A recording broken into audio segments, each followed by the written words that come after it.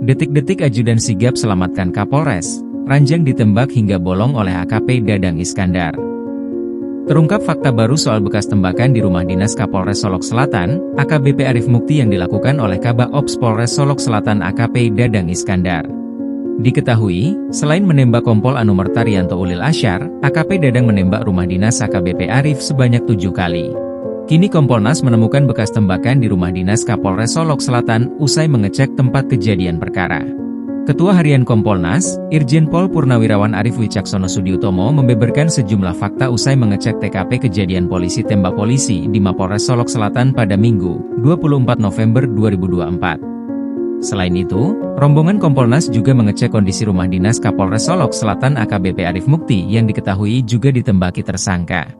Arif mengatakan di rumah dinas Kapolres Solok Selatan didapati bekas peluru, ada di kaca depan, jendela kamar, hingga tempat tidur.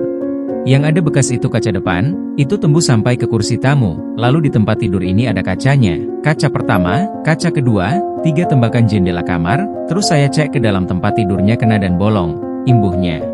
Beruntung, Kapolres Solok Selatan AKBP Arif Mukti selamat karena ajudannya cepat mengamankan. Rupanya begitu Kapolres dengan ajudan mendengar ada suara tembakan 2 kali itu, ajudan membawa masuk ruang tengah, kalau enggak, kena itu, ujar Arif.